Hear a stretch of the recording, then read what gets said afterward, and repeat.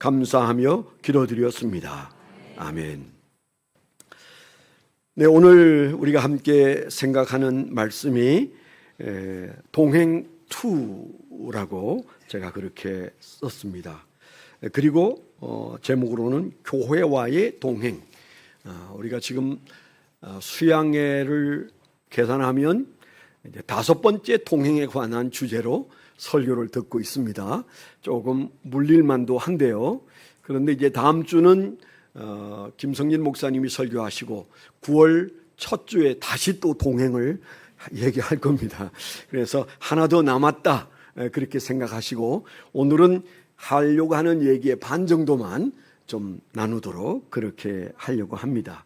우리가 지금 거듭 생각하고 있는 동행의 과제, 우리 인생의 대부분을 차지하고 있는 기쁨과 불행감은 동행과 관련이 돼 있다. 그런 말씀을 여러분들에게 드리고 있습니다.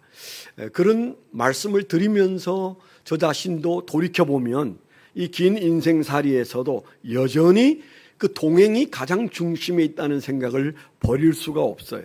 그러나 우리가 결론적으로 붙들고 있는 것은 우리의 동행의 결과가 어제와 오늘일지라도 오늘 우리가 그 동행의 해결점을 붙잡고 가면 지금까지의 우리의 모든 동행의 실패를 상쇄할 수 있는 하나님의 해답이 우리 앞에 있다는 사실을 우리는 기억합니다. 그게 뭡니까? 하나님과의 동행.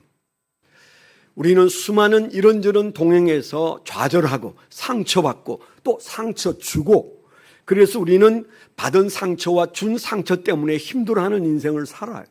그 어쩔 수 없는 인생의 길이었습니다. 그런데 사실은 그 모든 것들을 상쇄할 수 있는 기가 막힌 동행이 하나님이 준비하신 하나님과의 동행이에요. 그래서 우리가 하나님과 방향만 맞추면 뜻만 맞추면 하나님은 우리를 버시라 말씀하셨고 예수님과 우리 사이가 너희는 나의 신부라고 말씀하셨으니 주님과 우리 사이에 주님이 몸바쳐 사랑하신 그 사랑을 우리가 붙들고 순종만 하면 우리와 주님과 사이에 있는 동행은 아무 문제가 없고 성령님은 한 발 더 나아가서 이제 우리가 벗도 아니요 신부 신랑도 아닌 한 몸인 관계 속으로 우리를 이끌어서 우리 안에 계시고 우리 가운데 계시다고 말씀하셔서 성령님과 우리가 호흡을 맞추면 지금까지 우리가 부족했던 많은 동행의 실패들을 극복하게 하는 동행의 치료가, 동행의 회복이 우리에게 일어나게 될 줄 믿습니다.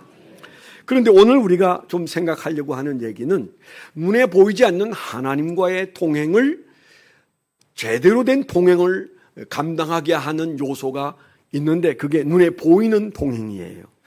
우리가 이거 극복할 수 있다고 말씀을 드렸지만 눈에 보이는 동행을 우리가 잘 관리하고 그 동행을 잘 치료하면 우리가 하나님과의 동행에 더 큰 힘을 얻고 그리고 정말 동행은 이런 축복이 있구나. 내 인생이 이 단어 하나로도 충분히 회복이 될 수 있구나 하는 것을 맛볼 수 있다고 말씀을 드렸죠.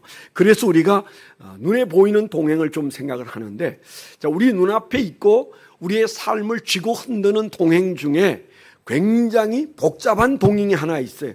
그게 내가 선택한 일도 없고 내가 끼어든 일도 없는데 내 앞에 떡 버티고 있는 동행의 문제가 있습니다. 그게 부모, 자식의 문제입니다. 부모 내가 선택하지 않았고 자식 내가 선택하지 않았습니다. 형제 내가 선택하지 않았습니다. 이 세상에서 우리가 결혼하기 전까지 가장 가까운 사람들이 바로 그분들이세요. 당연히 가까우면 불완전한 인간은 끊임없이 상처를 주고 상처를 받고 책임을 느끼고 책임으로부터 도망가려고 하는 바로 그 동행이 바로 이 하나님이 우리에게 설정해 놓은 내가 선택한 바가 없는 동행의 문제예요. 부모 우리가 선택한 일이 없지만은 늘 우리를 가장 힘들게 하는 요소 중에 하나입니다. 자식 우리가 선택해서 고안해서 낳지 않았습니다. 그랬음에도 그 자식 때문에 우리는 울고 웃고 합니다. 제가 살아오면서 무릎 꿇고 기도하면서 가장 간절한 때가 언제였을까 생각해 보면 역시 저도 인간인지라 자식 때문에 기도할 때가 제일 힘들고 그때가 제일 절절하고 그랬었습니다. 아마 그런 상황에 대해서 예외는 없을 거라고 생각해요. 그냥 쑥쑥 자라주고 아무 탈 없이 자라주고 그냥 저절로 부모보다도 더 좋은 신앙을 가진 자식을 만나기는 어려울 거라고 생각합니다. 우리 교회 안에서 부모보다도 결과적으로 신앙이 더 좋은 자녀는 봤지만 그들이 본래 그렇게 부모보다도 신앙 좋은 상태로 살아가서 어른이 된 경우는 찾아보기가 쉽지 않아요. 그런 측면에서 여전히 우리가 이 동행에 관한은 자신이 없어요. 그리고 우리는 책임을 피하고 싶은 마음이 우리 안에 있습니다. 내가 선택한 일이 없는 일을 내가 책임을 져야 하는가? 내가 언제 그 아버지 그 어머니를 선택한 일이 있어요? 그렇지만은 가장 우리를 힘들게 하고 어렵게 하는 동행이 그런 동행이라고 여겨질 때가 있고, 여러분 중에 어떤 분들은 지금 내게 가장 힘든 게 부모다, 자식이다, 형제다, 이제 그런 분들이 계실 겁니다. 우리가 이 얘기를 오늘 우리가 길게 할 시간이 아니기 때문에 한 가지만 말씀을 드리면, 우리가 선택하지 않은 동행에 대해서는 하나님의 섭리를 믿는 것이 최선입니다. 내가 선택하지 않았어요. 그런데 내 앞에 있어요. 그리고 동행해야 돼요. 그럴 때 우리는 하나님께 의존해야 됩니다. 하나님의 섭리 속에 내게 주어져 있는 이 관계를, 이 동행을 제대로 감당할 수 있도록 하나님 힘을 주십시오. 동행을 회복할 수 있는 힘, 동행을 치료할 수 있는 힘, 예수 안에서 하나님의 섭리 속에 있는 이 관계를 주님께서 만져주십시오. 우리가 그 하나님의 은혜 속에 우리가 어찌할 수 없는 질서를 하나님이 개입해 주시도록 기도하는 것이 무엇보다도 중요해요. 우리가 그 이상 무엇을 할 수 있는 일이 많지 않습니다. 그래서 우리가 인내하면서 하나님의 섭리라면 우리는 기다릴 거예요. 기도할 거예요. 하나님의 때를 찾을 거예요. 하나님의 손으로 만져주실 때를 우리는 하나님 앞에 기도하면서 바라보고 있을 거예요. 그럴 때 우리 마음속에 불쌍히 여기는 마음이 들어오면 그 결과가 놀라운 결과로 드러나게 될 겁니다. 욥이 어느 날 형제들을, 친구들을 불쌍히 여기고 기도할 때 하나님께서 그의 인생의 문제를 뒤집어 놓으셨어요. 해결해 놓으셨어요.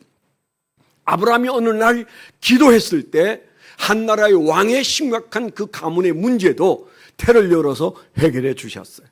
우리가 어찌할 수 없는 관계에 대해서는 긴 말이 필요치 않습니다. 하나님의 섭리가 이 가운데 있다고 믿고 하나님의 손길에 의존하고 하나님의 질서에 의존하고 하나님께 이 문제들을 자꾸만 아뢰면 질서의 하나님이 그 질서 속에서 역사하여 주실 줄 믿습니다. 그런데 우리가 이 심각한 문제 너머에 우리가 좀 고민해야 되는 동행이 있어요. 눈앞에 보이는 동행 중에 우리가 고민해야 되는 동행이 있는데 그 동행이 선택적 동행이라고 말할 수 있어요. 이런 말 안 들어보셨겠지만 여튼 마음에 좀 품으십시오. 선택적 동행이 있다. 불가항력적인 동행이 있는가 하면 실제로 우리가 눈앞에 펼쳐지는 동행의 문제 앞에서 우리가 선택적으로 동행할 수밖에 없는, 그래서 그 책임의 반 이상은 내게 있는 선택적 동행이 있어요. 제가 어제 올리버 블레싱 할 때 어린 아이들을 앉혀놓고 이 아이들이 이 말을 이해할 수 있을까?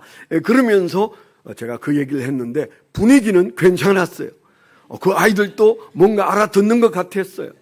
그래서 내 말을 알아듣는구나. 그때 어른도 상당 분이 계셨는데 간단하게 그것을 좀 정리를 어른 버전에 맞추어서 말씀을 드리면, 우리가 동행하는 눈앞에 있는 동행의 문제 앞에 우리가 선택한 결과로서 어느 정도의 책임을 우리가 피할 수 없는 동행이 우리에게, 특히나 예수 믿는 사람들은 믿음 안에서 이 동행에 상당한 책임이 있는 것들이 있는데, 선택적 동행 1호가 있고 2호가 있고 3호가 있어요. 우리가 선택하는 동행 1호는 친구입니다. 친구를 사귀는 문제. 잠언서 13장 20절에 보니까 지혜로운 자와 동행하면 지혜를 얻고 미련한 자와 사귀면 해를 입느니라. 그래서 동행이라는 단어를 써다가 그 다음에는 사귄다라는 용어를 성경에서 쓰셨어요. 같은 말이라고 생각합니다. 동행한다, 친구와 동행한다, 이 말은 친구를 사귄다, 그런 말이에요. 그건 운명적으로 만나는 거 없습니다. 우리가 살아오면서 수많은 사람들과 친구하고 살아갑니다. 어느 때는 우리가 그 친구를 너무너무 좋아해서 함께 딱 붙어 있다가도 세월이 흘러 지금 보면 그때 그렇게 좋았던 친구가 지금 어디에 사는지 그 사람의 주소도 그 사람의 전화번호도 기억하지 못하는 흘러간 친구들도 우리 인생에 있습니다. 여러분, 여기에서 말하는 친구는 그냥 취미가 같아서 잠시 같이 있거나 그저 같이 밥 먹으러 다니거나 같이 쇼핑하러 다니거나 그런 정도의 친구가 아니에요. 내게 영향을 진짜로 주는 친구는 사귀는 친구입니다. 그 사귀는 친구는 우리에게 당연히 영향을 주죠. 그래서 성경에 뭐라고 말했다고요? 지혜로운 자와 동행하면 우리가 지혜를 얻게 되고 미련한 자와 동행하면 우리가 해를 입게 된다. 그렇게 성경에서 말하고 있습니다. 그래서 어떤 사람은 그런 얘기 했죠. 당신의 친구를 내게 보여주시오.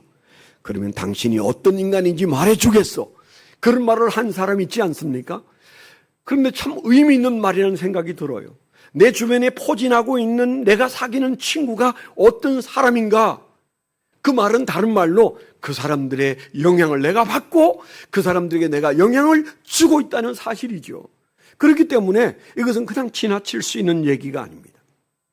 누구와 동행하는가에 있어서 친구라는 관계성 굉장히 중요해서 그것 때문에 내가 지혜로워지거나 그것 때문에 내가 해를 입거나 그 둘 중에 하나라면 여러분의 친구 관계를 점검하십시오. 이 동행은 잘하고 있는 동행인지 잘못된 동행인지 살펴보시기를 바랍니다. 선택적 동행 2호가 있어요. 그게 부부 관계입니다. 운명적으로 만난 부부 없습니다. 다 여러분들이 선택한 결과예요. 누구 탓하지 마세요. 그게 중매여서도 여러분이 선택하신 것이고 그게 누구에 의해서 어쩔 수 없이 되어진 일이나 우리가 어떤 경우에도 부부관계는 선택적 동행의 2호에 해당한다. 그리고 인생에 있어서 너무너무 중요한 동행이다. 우리가 이 사실을 기억해야 돼요. 성경에 보면 사람이 탯줄을 끊는 일이 두 번이 있어요. 첫째는 엄마로부터 탯줄을 끊어서 이 세상에 나와서 입을 벌리고 젖을 먹기 시작하고 귀로 말을 듣기 시작하고 그렇게 하면서 이 세상을 보고 살아가는 아이가 제일 먼저 하는 일이 뭐예요? 탯줄을 끊는 일입니다. 그런데 성경에 보면 창세기 2장에 보면 그런 의미로 우리에게 주신 말씀이 있어요. 아담과 하와를 창조하신 하나님이 아담과 하와를 말씀하실 때 물론 그 성경에 쓰여진 때는 모세가 썼으니까 지금부터 한 3,500년 전에 썼지만은 인류의 최초 아담과 하와를 창조하신 하나님이 그들을 세워놓고 어떻게 주례하셨어요? 너희가 한 몸이 되어서 행복하게 살려고 한다면 너희가 두 번째 탯줄을 끊어야 되는데 물론 그들은 두 번째 탯줄이 아닐 수도 있습니다만은 두 번째 그들이 분리해야 되는 관계가 있었어요. 그게 뭡니까? 부모를 떠나라. 결혼시키면서 하나님께서 엄중한 가운데 첫 번째 하신 선언이 부모를 떠나는 것이 결혼 생활이고 부모를 떠나야 결혼 생활은 비로소 안정적인 결혼 생활을 하고 두 사람이 동행하려면 부모로부터 분리되어야 된다. 이 엄청난 말씀이 지금부터 3,500년에 쓰여졌고 그리고 최초의 인간 아담과 하와를 창조하시고 두 사람을 부부 삼으실 때 주신 말씀이라고 기록되어 있습니다. 놀랍지 않습니까? 3,500년 전에 기록된 말씀이 지금 한 자라도 틀립니까? 지금 우리가 안고 있는 모든 동행의 부부적 문제는 바로 이 두 번째 탯줄을 잘 못 끊기 때문이에요. 어떤 사람은 끊었다고 생각하고는 다시 붙여요.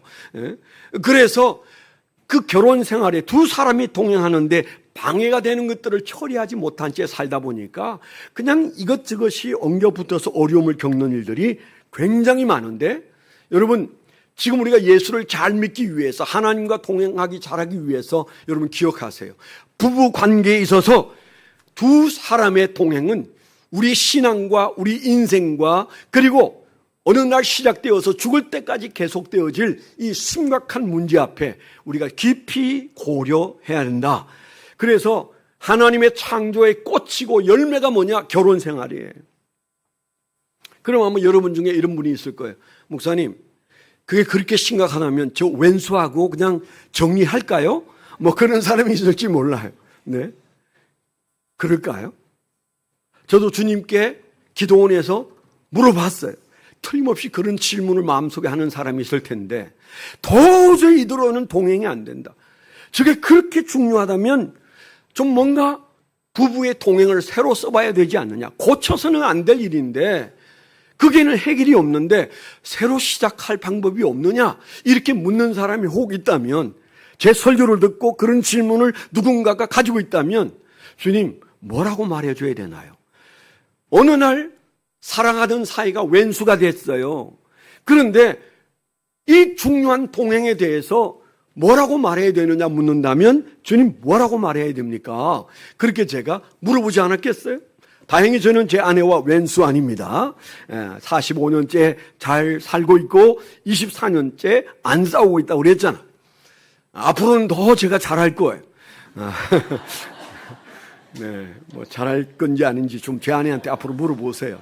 네, 지금도 저는 최선을 다하고 있습니다. 점점 좋아지리라 그런 기대를 제 아내가 해도 괜찮습니다. 그런데 우리가 이런 문제 앞에 설 때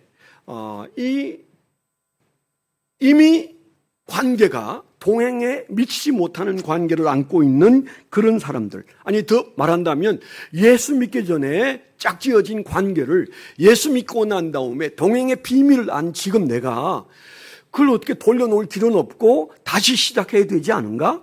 뭐 이런 생각도 할 수 있어요. 그런데요, 여러분 기억하세요. 분명한 제게 주신 응답은 호세아를 봐라. 호세아를 제게 주님께서 그렇게 말씀하셨어요. 호세아가 답이다. 그렇게 말씀하셨어요. 호세아는 어떤 사람이었습니까? 그의 결혼 생활에서 어느 날 만난 그 부인은 전혀 그 남편의 도덕적인 사고와 다른 사고를 가지고 있었어요. 바람 피는 것을 조금도 부끄럽게 여기지 않는 여자였어요. 자식을 낳고도 바로 바람 나서 집을 떠나서 호세아는 사는 동안 대부분의 시간을 그 부인 찾으러 다녔어요. 그만 살아야 됩니까? 그래도 계속 살아야 됩니까? 이게 동행이라고 말할 수 있겠습니까? 그런데 성경은 뭐라고 말합니까? 너희와 내 사이가 이렇지만 나는 너희를 버리지 않았노라. 너희가 고멜처럼 내 앞에 살고 있지만 나는 너희를 버리지 않았던 것처럼 호세아도 버려서는 안 된다. 그렇게 얘기하고 있는 말씀이 호세아서예요. 한 사람의 인생을 가지고 이 동행을 말씀하셨다라는 생각이 드는 것은 좀 미안한 생각이지만 사실입니다. 욥의 경우도 마찬가지고요. 그래서 우리가 기억할 것은 하나님이 짝지어 주신 것을 사람이 나누지 못할지니라 예수님이 말씀하셨어요. 그 결과가 목사님이 말하는 동행의 기쁨이 아니라 살아가면 살아갈수록 가슴 아프고 힘든데 계속 해야 됩니까? 우리가 이렇게 물을 수 있어요. 네. 하나님이 갈라놓기까지는 내가 갈라놓으면 안 된다는 사실을 여러분 기억하시고, 그러면 어떻게 해야 돼요? 우리가 가능한 것은 딱 하나 있어요. 하나님은 치료하실 수 있다. 아멘. 하나님은 회복하실 수 있다. 아멘. 네, 우리가 그 사실을 믿어야 돼요. 우리가 하나님을 믿는다면 내가 할 수 있는 일 아닌 그 일에 대해서 하나님이 하실 수 있다. 하나님은 치료의 하나님이시다. 아멘. 그 믿음을 갖고 주님을 바라보고 배우자를 바라보지 말고 하나님을 바라볼 때 하나님께서 어느 날 우리 앞에 놀라운 간정을 허락하게 되실 줄 믿습니다. 그런데 우리가 이 부부라고 하는 관계성에 대해서 이 동행 2호에 해당하는 이 아주 중요한 선택적 동행에서 어떻게 살아야 진정한 동행이 된다고 말하고 있습니까? 성경은 우리가 잘 아는 대로 이미 제가 지난주에도 말씀을 드렸는데 크리스찬 부부가 기억해야 되는 모델을 분명하게 성경에 써놨어요. 예수님과 교회가 부부처럼 살고 있지 않느냐. 내가 이 세상에 창조한 부부관계는 바로 예수님과 교회처럼 그렇게 사는 것이다. 그렇게 말씀하셨어요. 저는 성경을 읽고 또 읽어도 하나님은 왜 이 세상을 창조하셨는가? 왜 해와 달을 만드셨는가? 그 이유는 딱 하나라고 생각이 돼요. 이 멋있는 세상을 창조하신 이유는 오직 하나. 인간을 위해서 창조했어요. 아담과 하와를 위해서 창조했어요. 어쩌다가 이 지구촌에 그냥 와서 그냥 빌부터 살다가 그냥 우리가 때가 되면 그저 70년, 80년 살다가 이 세상을 떠나니까 이 세상과는 아무 상관없이 모든 세상에 존재하는 생명체가 그렇듯 인간도 이 세상에 잠시 적방살이 하다가 떠나는 것이다. 이렇게 생각한다면 그건 기독교적 세계관이 아닙니다. 성경은 분명히 말하기를 세상을 멋들어지게 창조하신 다음에 하나님께서 드디어 계획하셨던 인간을 위하여 세상을 창조하셨다는 사실을 우리에게 보여주셨어요. 그러면 인간이 인간으로 사는 것으로 하나님께서 가졌던 계획이 끝났을까요? 아닙니다. 전혀 아닙니다. 사람이 그냥 사람으로 사는 것이 창조의 목적이 아니에요. 뭐 하셨어요? 부부로 사는 것이 하나님의 창조의 목적입니다. 제가 지난주 중에 어떤 분이 그랬어요. 싱글로 사는 것 하나님의 뜻이면 그렇게 사는 게 맞아요. 이건 내 뜻이다. 너가 혼자 살았으면 좋겠다. 만일에 그런 말씀을 하신 바가 없으면 날마다 몇 번씩은 두리번거려야 해. 왠가 하면 혼자 사는 것이 하나님의 뜻이면 우리는 받아들여야 되지만 그게 하나님의 뜻이 아니라면 우리는 하나님의 기본적인 뜻대로 살아야 됩니다. 부부로 살 수 있으면 여러분 부부로 살아야 돼요. 그런데 그 부부로 살아가는 크리스찬의 부부, 하나님이 창조하신 부부에 대한 계획이 뭐였어요? 예수님이 교회를 사랑하듯 그렇게 남편은 아내를 죽도록 사랑하는 것. 아멘? 네. 여성들만 아멘 하세요. 네.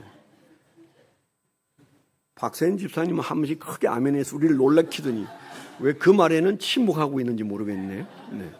성경입니다. 제 말이 아닙니다.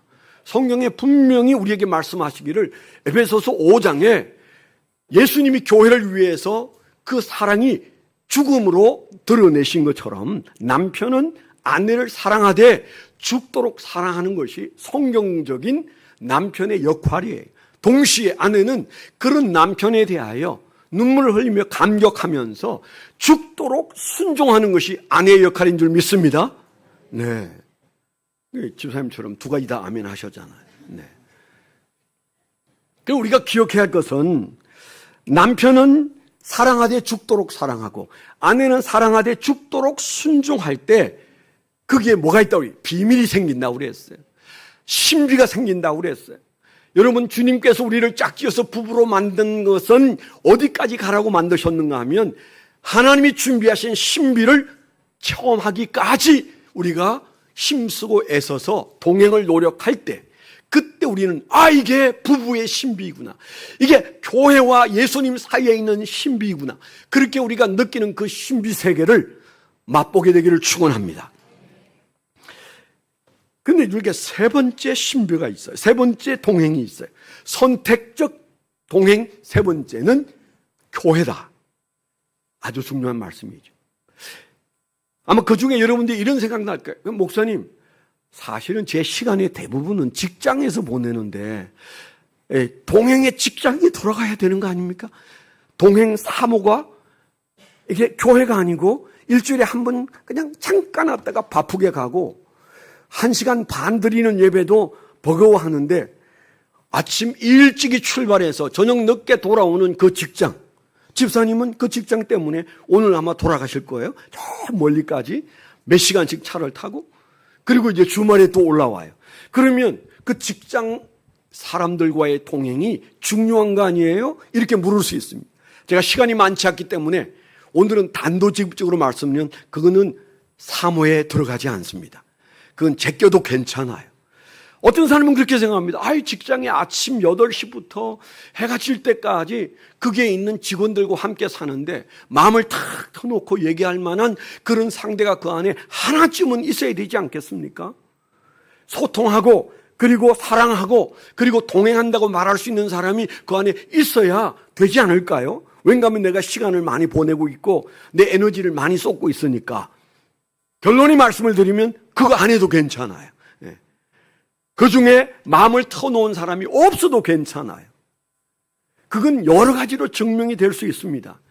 내일 그 회사의 상사가 나를 그만두라고 하면 그 사람하고 마음 틀 얘기가 없어요. 그렇기 때문에 우리가 메커니즘이 다릅니다. 그러므로 지금 우리가 고민해야 되는 동행 사모의 직장이 들어갈 이유가 없다. 우리가 중요하게 여기고 성공해야 되고 치료해야 되고 회복해야 되는 동행 사모는 부부 다음에 교회입니다. 성경은 결혼하여 사는 부부 관계와 이 가정이라는 집단과 교회라는 집단이 똑같이 중요하다. 그래서 우리가 늘 듣는 얘기가 저울에 달면 똑같은 비중을 가지고 있다. 어느 한쪽에 시간이 더 들어가고 어느 한쪽에 우리의 물질이 더 들어갈 일은 있어도 그것의 크기는 똑같이 중요하다. 하나님께서 이 세상에 가정과 교회만 창조하셨다. 그 나머지는 그 두 가지를 성공시키기 위하여 직장도 있고 나라도 있고 다 있다. 우리가 이렇게 배웠어요. 성경이 그렇게 말하면 그런 겁니다. 그렇다면 우리가 교회와 어떻게 동행해야 할 것인가? 여러분 지금까지 교회 생활하면서 여러분 교회 생활이 이 교우들과의 동행이 만족스럽던가요? 나는 너무 좋아요. 아름다운 교회 안에서 지금 이 동행이 더할 나위 없이 좋습니다. 너무 행복합니다. 저는 꿈 같은 시간을 보내고 있습니다. 그런 사람 한번 손 안 들어보세요. 난 지금 꿈 같은 한 분 있나? 할렐루야. 두 분 계시네. 나는 없을 줄 알았는데 약간 이상한 분들이시네요. 저는 이 동행에 만족하지 않습니다. 저는 교회라는 이 공동체의 동행에 늘 불만족이 많아요. 저도 그렇다면 여러분도 그럴 겁니다. 조금 더 깊이 들어와 보세요. 조금 더 깊이 들어와서 조금 더 열심을 내보세요. 그러면 어떻게 만족스럽지가 않네. 그런 생각을 할 텐데 만족스럽지 않더라도 잘 참으세요. 그 성질 자체가 만족스러울 수 없어요. 어떻게 만족스러울 수 있어요? 옆에 있는 사람 보세요. 그분이 어떻게 나를 만족시켜 줄 수 있겠어요? 내 남편도 나를 만족시켜 주지 못하는데 부부가 만족스럽지 않고 친구가 만족스럽지 않고 부모가 만족스럽지 않고 자식이 만족스럽지 않고 형제가 만족스럽지 않은 세상을 살면서 유독 교회가 만족스럽지 않다고 여러분들이 힘들어해서는 안 됩니다. 그런 거구나. 고치면서 살아야 되는 거구나. 회복시키면서 살아야 되는구나. 치료하면서 이 동행은 가야 되는 거구나. 그렇게 믿게 되기를 축원합니다.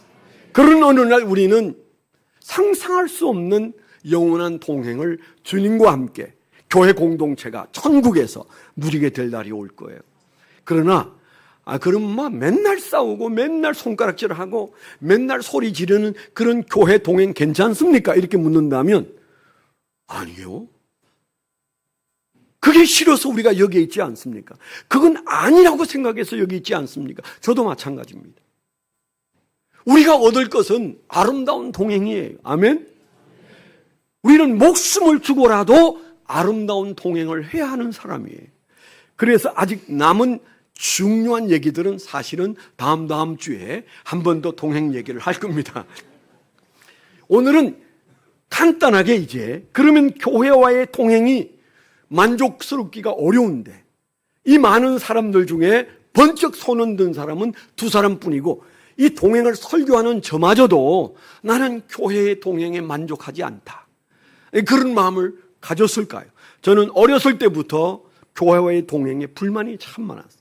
너무너무 많이 싸우는 교회에서 성장했어요. 그 다음에 중학교를 마치고 서울에 올라왔는데 가는 교회마다 싸워요. 이건 아닌데 교회가 왜 이렇게 싸우지? 그때는 철이 없어서 그걸 정말 보기가 힘들어했어요. 근데 차례로 다닌 교회들은 다 싸웠어요. 제가 개척하기 전에 마지막 갔던 교회가 사목교회인데, 제가 얘기했잖아요. 제일 먼저 그 전도사님에게 가자마자 그 전도사님 실례되는데요, 이 교회는 싸운 적이 있어요? 제가 그렇게 물어봤다니까요. 그랬더니 눈이 동그래가지고, 양선호 목사님이 그때 전도사인데, 싸워요? 아니요. 예, 그분은 그 교회가 처음이자 이제 이 세상 우리나라에 있을 마지막 교회, 그리고는 선교사로 갔으니까요. 그 다음에 개척을 했었구나.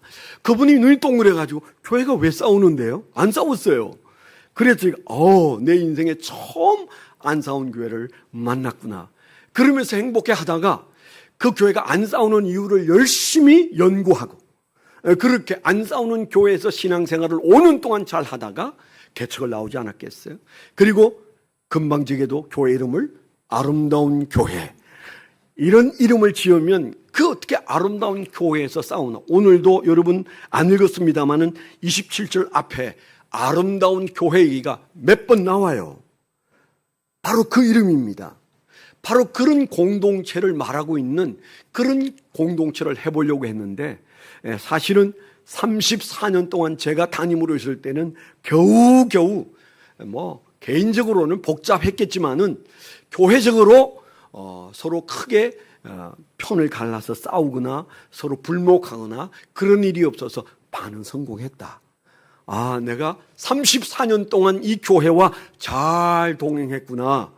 그렇게 생각하고 돌아서니까, 이게 잘한 게 아닌가 보다. 이런 생각이 드는 문제들이 생겼고, 저는, 뜨거워라. 이건 아니다. 하나님께서 내게 보여주신 교회의 동행은 이렇게 가는 건 아니다. 그런 마음을 제게 주셨다고 그랬잖아요. 그래서 우리가 불완전한 교회는 언제든지 그 동행에 어려움이 올 수 있습니다. 유독 부부 사이도 잘 안 되는데, 친구 사이도 잘 안 되는데, 부모 자식 사이도 잘 안 되는 동행을 교회만 잘하라. 그건 우리가 잘할 수 없어요. 그러니까 여러분 이해하십시오. 교회 동행은 역시 그런 거구나. 그러나 우리의 사명이 뭡니까? 그럼에도 불구하고 우리가 교회를 교회되게 하고 교회와의 동행이 주님 오실 때까지 잘 해야 된다면 과연 어떻게 감당할 수 있을 것인가를 고민해야 되죠. 제가 오늘 드릴 수 있는 말씀은 다른 것 아니고, 인격 좋은 사람들, 신앙 좋은 사람들, 그런 사람들만 추려서 교회 공동체를 만들면 잘 될 수 있을까? 잘 될 수 있을까요? 아니에요. 제가 여러 번 얘기하잖아요. 세상에 이런 공동체는 없다. 지금 미사체플 공동체를 한번 보세요. 얼마나 대단한 공동체인지 몰라요. 여기에서 안 되면 안 되는 겁니다. 정말입니다. 제자훈련 받은 사람이 90%가 넘고, 집사가 90%가 넘고, 11조 하는 사람이 90%가 넘고, 얼마나 여러분들이 열심을 내고 여기까지 오고 있는데, 그런 사람들이 약 100수십 명이 모여서 공동체를 이루고도 교회다운 교회가 되지 않고 우리가 동행하기 어려우면 그건 이 세상에는 더 이상 기대할 게 없는 거예요. 우리가 사명이 큽니다. 여기서 안 되면 정말 안 되는 거고, 여기서 안 되면 하나님이 얼마나 슬퍼하겠는가. 훈련하면 좋아진다고 해서 훈련 받았고, 열심히 있으면 잘 된다고 해서 열심을 내었고, 사랑하면 된다고 해서 사랑하려고 애썼고, 그렇게 여러분들은 시키는 대로 잘 했잖아요. 그런데 그런 공동체 100여 명이 모여서도 하나님이 원하는 그런 동행이 이루어지지 않는다면 이 세상에서는 더 기대할 게 없습니다. 그렇기 때문에 우리가 좀 막중한 책임감을 좀 느끼면서 이 공동체를 바라보셔야 돼요. 제게 가장 부담스러운 게 있다면 설교 아닙니다. 가장 부담스러운 것은 하나님이 당분간이지만 제게 맡겨주신 이 위대한 공동체가 그냥 설설 왔다 갔다 하면서 그저 시간을 보내다가 그저 그렇게 모여도 그냥 그렇구나, 그냥 그 나물의 그 타령이구나, 이렇게 되면 내가 하나님 앞에 어떻게 설고, 그런 부담이 제 마음속에 가장 커요. 그래서 짐을 좀 줄였으면 좋겠다, 벗었으면 좋겠다, 이런 마음이 있는 거예요. 여러분들 이해해 주셨으면 좋겠어요. 분명히 하나님이 대단한 공동체를 만들어 주셨어요. 동행하기에 가장 힘이 있고 좋은 공동체로 미사체프를 만들어 놓으셨어요. 제가 말이 거짓말인지 제 마음에 있는 부담이 그 엉터리 없는 생각인지 한번 비교해 보세요. 이 지상에 있는 여러분이 아는 어떤 교회든 갖다 대 보세요. 이렇게 준비되어져 있는 공동체가 세상에 있나? 없어요. 하용조 목사님이 영국에서 돌아와서 미리 준비하고 있던 몇 사람인들이 모여서 목사님 저희들과 개척하세요. 그랬을 때 그분이 뭐 했다고 그랬어요? 개척하긴 하는데 지금부터 6개월 동안은 전도하지 마세요. 전도가 중요한 게 아닙니다. 우리가 교회로서의 제대로 된 철학을 갖출 때까지 우리는 연구하고 기도해야 합니다. 그러니까 아무도 데려오지 마세요. 그런 이상한 말을 했다고 그러잖아요. 제가 직접 들은 얘기입니다. 하용조 목사님에게. 그리고 6개월 동안 못 데려오게 하니까 오고 싶은 사람과 데려오고 싶은 사람이 아주 못 견뎌했대요. 그래도 절대 데려오지 마시오. 6개월 동안 우리는 교회다운 교회가 되기 위하여, 여러분들이 모판이 되기 위하여 우리가 기도해야 합니다. 그래서 6개월이 된 다음에 문을 열었더니 그냥 몇 배의 사람들이 거의 몇 주 안에 차기 시작했대요. 그 동서되신 분이 그걸 보고는 이 땅에 교회를 지어줄 테니까 20년 동안 상환을 하시오. 그래서 신동아 그룹에서 지금의 그 교회를 지어준 거예요. 그래서 그 교회는 그냥 시작하자마자 얼마 안 돼서 그 멋들어진 대단한 교회를 지은 겁니다. 왜냐하면 매주 사람들이 몰려오니까. 저는 이 공동체는 그 공동체보다도 더 많은 책임을 가지고 있다고 생각합니다. 여러분들은 정말 교회 동행을 잘해야 될 의무와 책임이 있습니다. 이것을 귀하게 여기기를 축원합니다. 그게 중요한 이유는 그 가치가 크기 때문이에요. 어마어마한 가치를 가지고 있어요. 오늘 말씀을 제가 27절만 읽었습니다. 27절에 뭐라고 그랬어요? 너희는 그리스도의 몸이다. 그렇게 말해요. 대단한 얘기 아니에요? 아름다운 교회 미사체풀은 그리스도의 몸이고, 그리고 너희는 지체의 각 부분이라. 우리 몸에서 손가락 하나만 병이 들어도 우리는 그냥 아무것도 할 수 없는 존재예요. 이 몸이 자기 기능을 제대로 하면 얼마나 많은 일을 감당할 수 있겠어요. 그래서 교회를 뭐라고 말씀하시는가? 너희는 그리스도의 몸이고, 그리고 그리스도는 그 몸의 머리이시고, 그리고 우리는 각자 그 지체를 이루고 있다. 제각금다는 눈은 눈의 기능을, 코는 코의 기능을. 그래서 우리가 12장 앞에 읽어보면 그 얘기를 계속하고 있습니다. 나는 눈이니까 발이 아니다. 그러므로 나는 몸이 아니다. 그렇게 말하는 게 말이 되냐? 나는 손이라 눈이 아니다. 그렇게 말하는 말이 되느냐? 안 된다는 겁니다.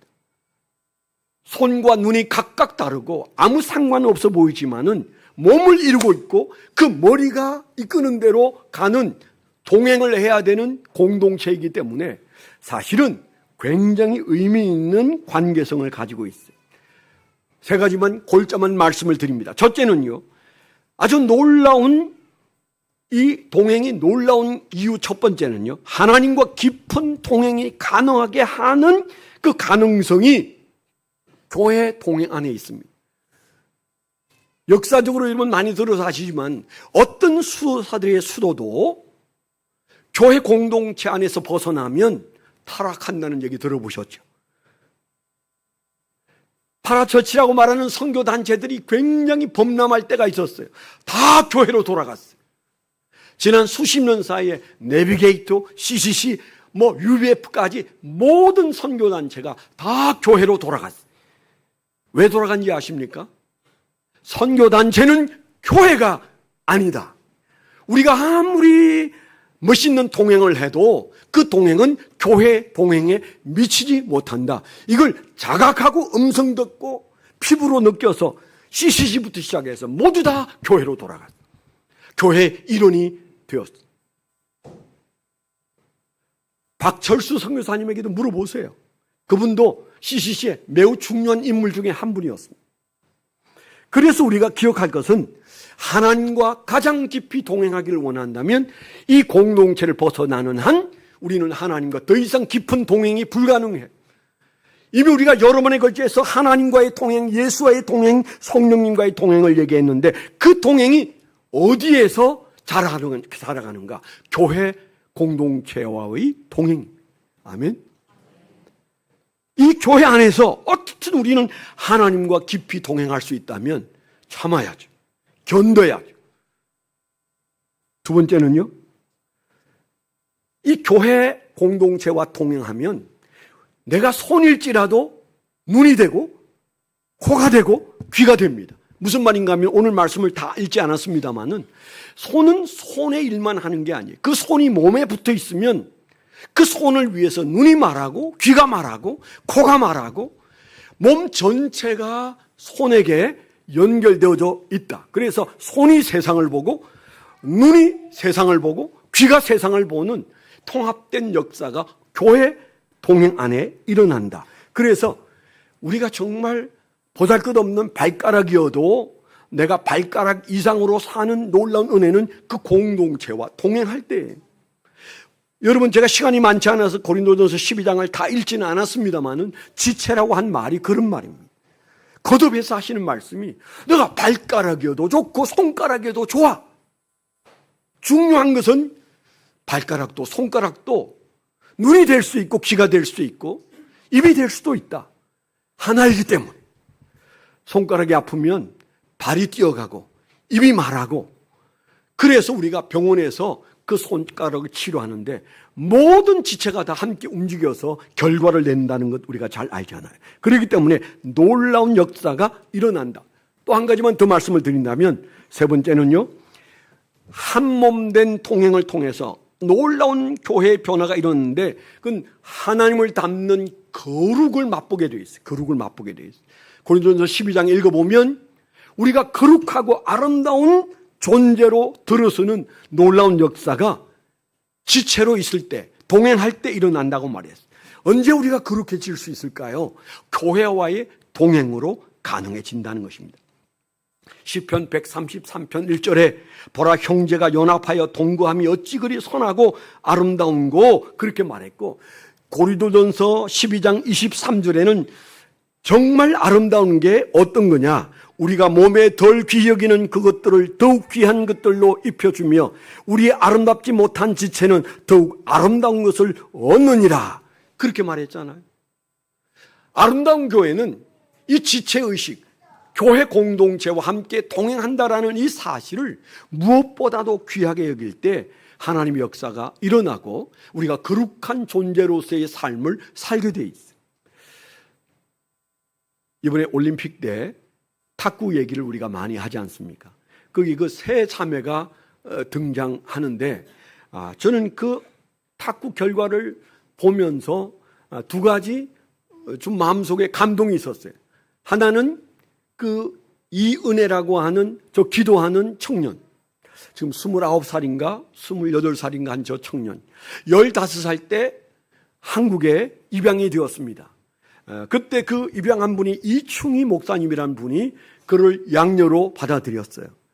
그가 양녀로 한국에 오게 된 것은 몽골에서 양영자 선교사가, 현정화와 함께 금메달을 땄던 양영자 선교사가 저 아이를 발견하고 중국에 있는 아이인데 몽골로 데려와서 탁구를 가르쳤어요. 그리고 멘토가 되어주었어요. 신앙을 넣어주었어요. 그리고 한국의 이충희 목사님이란 분과 연결을 해서 그분의 딸이 되었습니다. 그런데 낯선 환경에서 여러 가지 심적인 부담이 있어서 수줍어하고 또 약간의 우울증도 있고 뭐 이런 것들로 고생을 많이 하는 중에 시합에서 계속 이기는 바람에 이제 국가대표가 된 중국 소녀죠. 그런데 이 소녀가 탁구를 이긴 다음에 저렇게 전 세계가 보는 가운데 두 손을 모아서 하나님께 기도하는 모습. 어떤 유튜브 목사님이 그런 얘기했어요. 이번 파리 올림픽에서 가장 아름답고 성스러운 모습을 보았다. 기도하는 이 은혜에 저 기도하는 모습이 가장 아름다웠다. 그렇게 말해요. 저도 정말 새로운 은혜를 받으면서 저 처녀를 봤어요.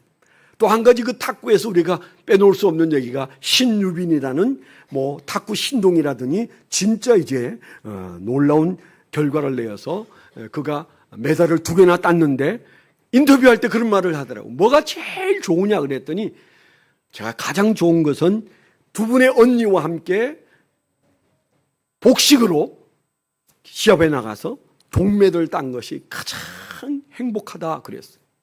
왜냐 하면 같이 노력해서 거둔 결과다 그랬어요. 여러분, 우리가 교회 공동체가 동행하면 바로 함께 한 것들에 대하여 하나님께서 어마어마한 가치를 부여해 주실 줄 믿습니다. 그래서 여러분 마음속에 이 가치를 먼저 귀하게 여기세요. 지금부터 내가 정말 교회 공동체와 동행하는 일을 귀하게 여기리라. 내 마음을 빼놓고 이 동행에 올인하리라. 내가 마음의 모든 열심을 다해서 이 동행에 열심을 내면 하나님께서 이 동행을 통해서 내 삶에 부족했던 모든 동행들을 고쳐주시리라. 그런 믿음을 갖게 되기를 축원합니다. 기도하겠습니다. 하나님 아버지 감사합니다. 저희가 참 말할 수 없이 부족한 종들이어서 우리는 늘 남 탓하면서 살았습니다. 우리 인생에 원치 않는 동행들이 우리의 삶을 찢어놓고 흔들리게 하고 괴롭게 하고 잠 못 자게 하고 미래를 포기하게 만드는 일들이 많이 있었으나 주님과 동행하게 하여 주셔서 희망의 사람이 되게 하신 것 감사합니다. 오늘은 우리가 주님의 그 동행과 함께 교회와 동행하는 일이 얼마나 우리 인생에 중요하며 하나님을 위하여 중요한 것인지 우리 마음에 다시 한번 생각하게 하여 주셨으니 교회와의 동행에 열심을 낼 수 있도록 하나님 우리 안에 영적인 열심을 허락해 주시옵소서. 예수 그리스도의 이름으로 감사하며 기도드렸습니다. 아멘. 하나님께 예물 드리는 시간 우리 찬송하면서 부르시도록 하겠습니다.